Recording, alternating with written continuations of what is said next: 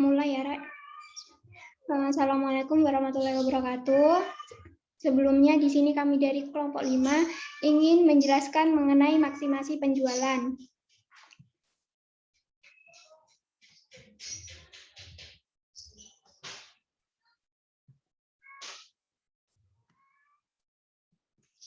Kok PPT-ku nggak bisa digeser ya, Rek? Bentar.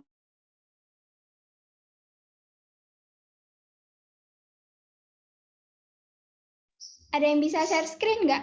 Soalnya nggak jalan di laptopku. Coba aku ya, Nat. Iya, boleh.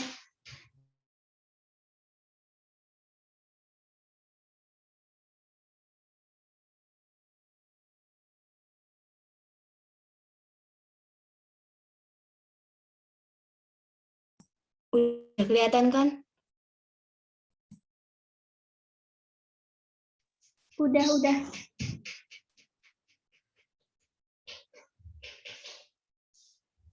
Ini yang baru kan, Riz?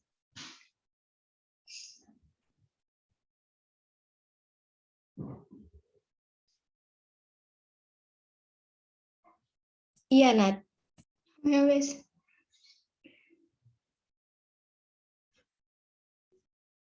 Balik ke slide yang pertama lagi.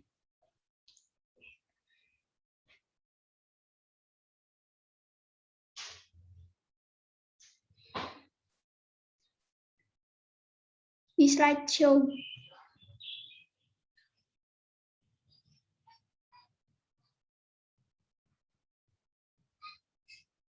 Kita mulai ya. Assalamualaikum warahmatullahi wabarakatuh. Di sini kami dari kelompok 5 ingin membahas mengenai maksimasi penjualan. Next. Kelompok kami terdiri dari 5 anggota. Yang pertama, Nadia Putri Pramesti dengan NIM 2008 10 10 10 12, Ilham Zakaria 2008 10 10 10 61, Riri Syafaatin 2008 10 10 10 90, Mirza Muhammad Maulana 2008 10 10 11 00, Noni Yuka Fadilawati Matrais 2008 10 10 11 11, dan yang terakhir Agnes Faiz Yahya 2008 10 10 11 21. Next. Untuk materi yang pertama akan saya jelaskan sendiri, yaitu mengenai rasio model dan asumsi model. Next.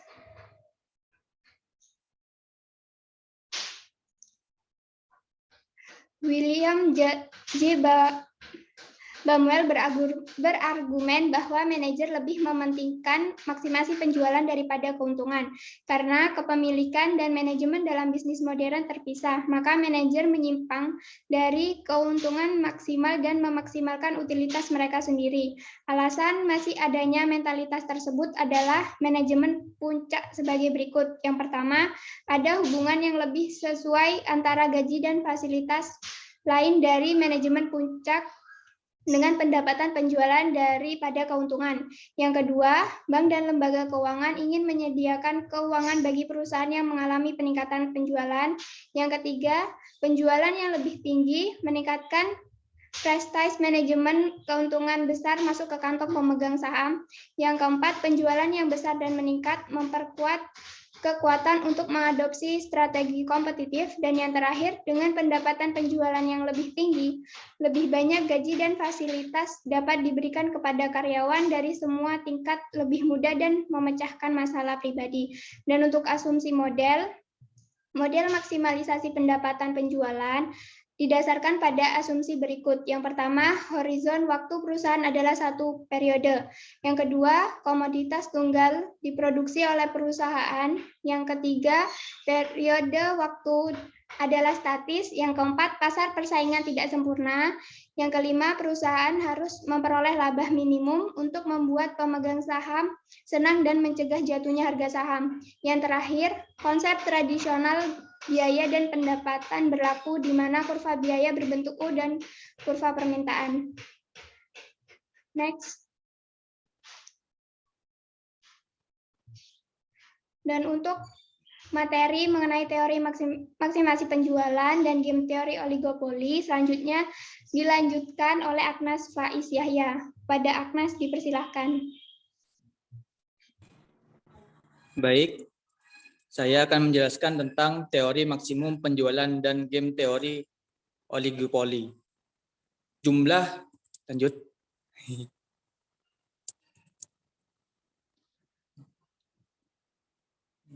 perusahaan di sisi penawaran dan jumlah konsumen di sisi permintaan dapat menjadi salah satu cara yang dapat digunakan untuk mengklarifikasikan sebagai jenis pasar, seperti pasar oligopoli. Oligopoli di sisi penawaran adalah pasar yang dijalankan oleh beberapa perusahaan, tetapi lebih dari 2 perusahaan, karena jika 2 perusahaan tersebut duopoli. Dan di sisi permintaan, jumlah pembelian sangat besar, yang masing-masing membuat kerugian yang dapat diabaikan. Kontribusi pada fungsi permintaan pasar, karena pembeli tidak dapat mempengaruhi penjual, maka pembeli hanya menerima kondisi pasar sebagaimana adanya. Sedangkan penjual akan sibuk menebak-nebak kebijakan yang diharapkan dari penjual saingan. Selanjutnya, untuk waktu yang lama, perusahaan oligopolistik secara alami memperhatikan bagaimana apa yang mereka lakukan hari ini dapat mempengaruhi apa yang dilakukan pesaing mereka di masa depan.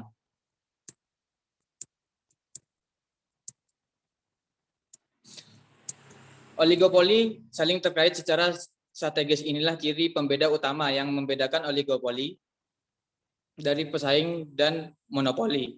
Meskipun pesaing tidak sempurna, persaingan ketat di pasar, kebijakan terkait untuk sebuah perusahaan tergantung pada kebijakan yang diikuti oleh perusahaan pesaing. Ciri utama oligopoli terletak pada interaksi strategis antar perusahaan. Oligopolis berbeda dengan pesaing dan monopoli. Baik persaingan dan monopoli memiliki masalah maksimalisasi langsung untuk dipecahkan ketika mencari keuntungan maksimum, sedangkan oligopolis masalah maksimalisasi keuntungan mereka terkait dengan beberapa pesaing. Sumber lain yang menarik minat oligopoli berasal dari hubungan pasar efisiensi ekonomi. Mengacu pada teori perusahaan konvensional, teori harga dan output, terdapat kekurangan teoris yang keterbatasan empiris. Perusahaan konvensional mengacu pada asumsi bahwa memaksimalkan keuntungan adalah tujuan dari perusahaan bisnis. Dalam kaitan ini, para pelaku ekonomi modern mempertanyakan asumsi maksimalisasi keuntungan sebagai tujuan badan usaha. Ekonom dan matematikawan modern berusaha merumuskan teori perusahaan yang dapat diterapkan secara teoris dan empiris. Dua teori yang penting yang terkait dengan hal ini adalah yang pertama, maksimalisasi penjualan dari teori oligopoli yang dikembangkan oleh William J. Baumol. Yang kedua ialah teori permainan. Yang berikutnya, slide berikutnya akan dijelaskan oleh rekan saya.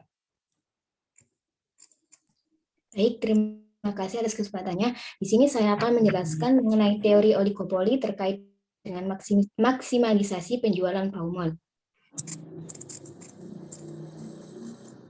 Menurut William Baumol, maksimisasi penjualan adalah upaya yang dilakukan oleh setiap perusahaan untuk memaksimalkan penjualan setelah tercapai tingkat keuntungan yang memadai. William J. Baumol mengasumsikan bahwa perusahaan memaksimalkan pendapatan penjualannya, bukan laba. Jadi tujuan perusahaan berfokus pada penjualan, tapi teori maksimisasi penjualan Baumol diterapkan sebagai teori alternatif penting dari perilaku perusahaan. Pandangan Baumol tentang maksimalkan pendapatan penjualan daripada memaksimalkan keuntungan didasarkan pada yang pertama, yakni lembaga keuangan menganggap penjualan sebagai indeks kinerja perusahaan dan setuju untuk membiayai perusahaan dengan peningkatan penjualan.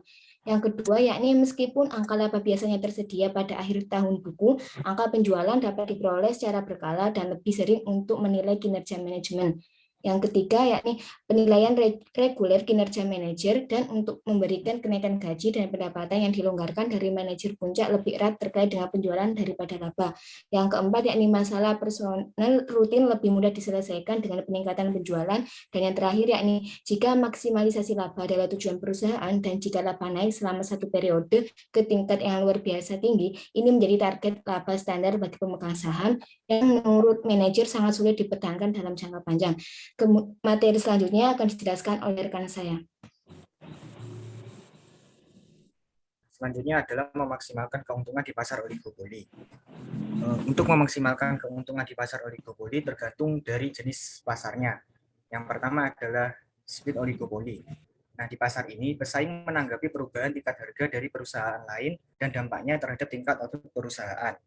Karakteristik dari pasar ini adalah ada beberapa perusahaan di pasar dengan jumlah konsumen yang banyak.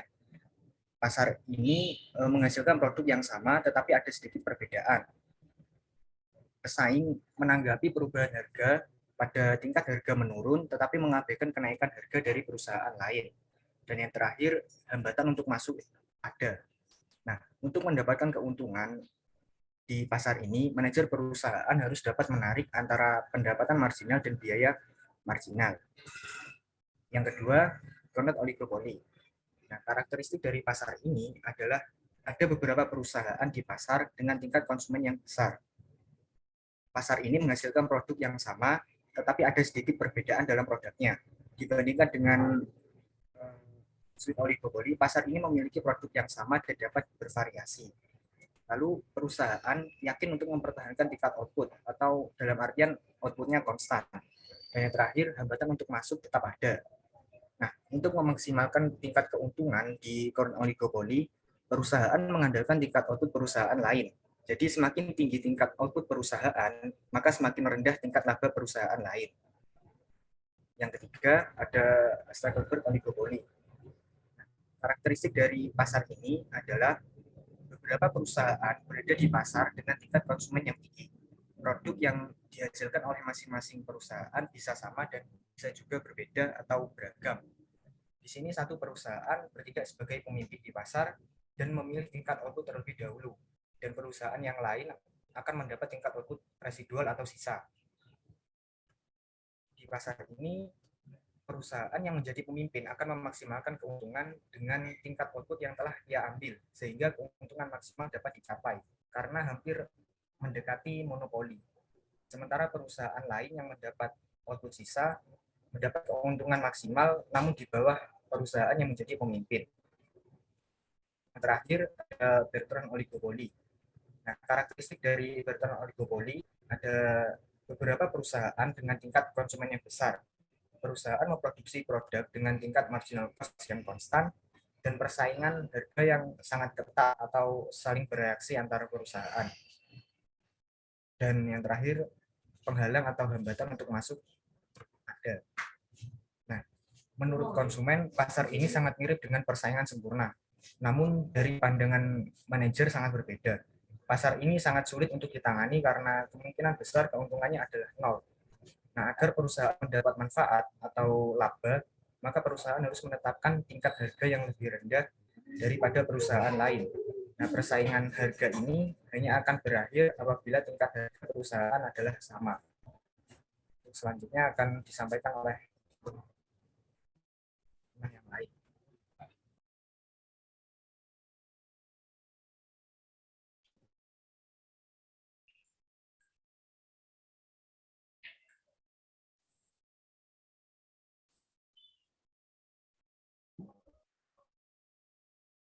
Baik, selanjutnya tentang kritik terhadap teori Baumol.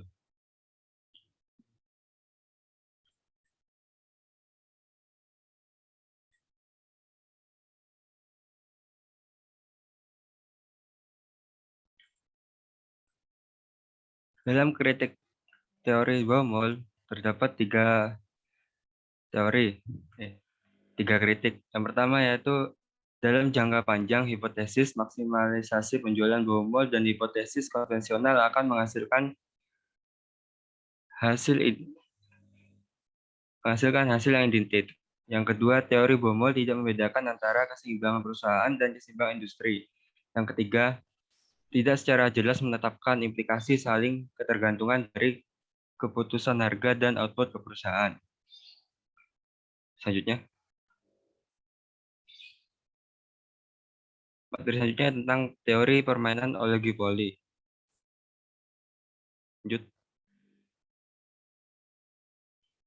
Pendekatan teori permainan ini membahas tentang interaksi strategis antara perusahaan oligopoli dengan menggunakan sistem matematis. Ekonom Martin Subic percaya bahwa satu-satunya harapan untuk pengembangan teori umum oligopoli adalah teori permainan. Teori permainan ini memberikan gambaran tentang perilaku kompleks perusahaan oligopoli. Selanjutnya, sifat masalah oligopoli, dilema tahanan. Sifat masalah yang dihadapi oleh perusahaan oligopoli ini paling efektif digambarkan dalam permainan dilema tahanan.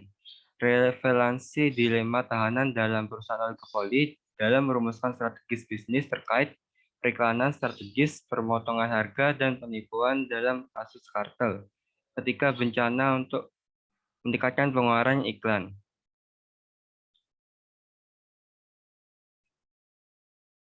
Selanjutnya akan dilanjutkan oleh rekan saya. Penerapan teori permainan pada strategi oligopolistik. Dalam hal ini terkait dalam contoh dua oligopoli menghadapi masalah apakah meningkatkan belanja iklan atau tidak, dengan asumsi hanya ada dua perusahaan televisi, Sony dan Samsung, yaitu kasus duopoli. Dalam semua permainan, pemain harus mengantisipasi gerakan yang dilakukan oleh pemain lawan dan merumuskan strategi mereka sendiri untuk melawan kemungkinan gerakan lawan yang berbeda. Untuk menerapkan teori permainan pada kasus apakah akan meningkatkan pengeluaran iklan atau tidak, perusahaan harus mengetahui dan mengantisipasi kemungkinan tindakan dan reaksi pesaing berikut. Yang pertama, tindakan kontra oleh perusahaan saingan sebagai tanggapan atas peningkatan pengeluaran iklan oleh perusahaan ini. Yang kedua, pembayaran tindakan balasan didasarkan perusahaan saingan tidak bereaksi dan perusahaan pesaing mengambil tindakan balasan dengan meningkatkan pengeluaran iklan mereka. Setelah data yang diperlukan diperoleh, perusahaan harus memutuskan strategi terbaik untuk mencapai tujuannya. Jika meningkatkan penjualan dan menangkap pangsa pasar yang lebih besar, strategi terbaik dalam teori permainan disebut strategi dominan. Strategi dominan, strategi yang memberikan hasil yang optimal terlepas dari apa yang dilakukan lawan. Dengan demikian, tujuan dasar penerapan teori permainan adalah untuk sampai pada strategi yang dominan. Misalkan, hasil yang mungkin dari permainan iklan di bawah lingkar alternatif diberikan dalam matriks pembayaran yang ditunjukkan pada tabel 21.2. Yaitu payoff matrix of the end game. Pada gambar A menunjukkan keuntungan Sony dan B menunjukkan keuntungan Samsung dalam hal peningkatan penjualan. Nah, seperti yang ditunjukkan pada matriks tersebut, jika Sony memutuskan untuk meningkatkan pengeluaran iklannya dan Samsung membalas dengan meningkatkan pengeluaran iklannya tersendiri, penjualan Sony meningkat sebesar 20 juta dan penjualan Samsung sebesar 10 juta. Jika Sony meningkatkan iklannya dan Samsung tidak, maka keuntungan penjualan Sony adalah 30 juta dan tidak ada keuntungan bagi Samsung. Dalam hal ini muncul pertanyaan tentang strategi apa yang harus diambil Sony untuk mengoptimalkan keuntungan dari pengeluaran iklan terlepas dari kecepatan pesaing Samsung. Dilihat dari matriks pembayaran bahwa Sony akan memilih strategi untuk meningkatkan pengeluaran iklan karena apapun yang dilakukan Samsung, penjualannya meningkat setidaknya 20 juta. Oleh karena itu, ini adalah strategi dominan untuk Sony. Kondisi yang lebih baik ketika Sony meningkatkan pengeluaran untuk iklan, Samsung tidak. Dalam hal ini, penjualan Sony bisa meningkat hingga 30 juta dan penjualan Samsung tidak meningkat. Namun ada kemungkinan lebih besar bahwa Samsung akan melakukan counter advertising untuk mengantisipasi kehilangan sebagian pasarnya ke Sony di masa depan. Oleh karena itu, strategi yang didasarkan pada asumsi bahwa Samsung tidak akan meningkatkan belanja iklannya melibatkan banyak ketidakpastian. Next. Nah, keseimbangan Nash. Nah, seorang matematikawan Amerika, John Nash, mengembangkan teknik yang dikenal sebagai keseimbangan Nash. Nah, equilibrium teknik Nash berusaha untuk menetapkan bahwa setiap perusahaan melakukan yang terbaik yang dapat mereka lakukan, mengingat strategi para pesaingnya. Nah, keseimbangan Nash menggambarkan situasi di mana tidak ada pemain yang dapat meningkatkan hasil mereka mengingat strategi pemain saingan. Nah, keseimbangan Nash dapat diilustrasikan dengan membuat beberapa modifikasi pada matriks hasil yang diberikan pada tabel 21.2 tadi. Nah, asumsikan bahwa tindakan balasan antara Sony dan Samsung adalah fenomena biasa dan matriks pembayaran yang dihasilkan pada akhirnya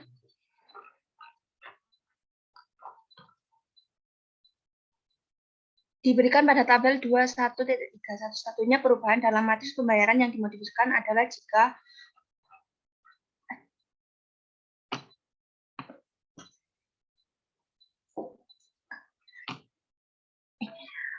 stop.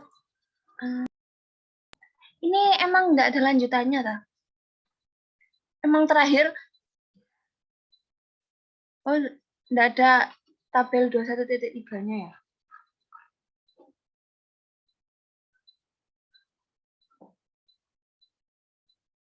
Sudah berarti ya?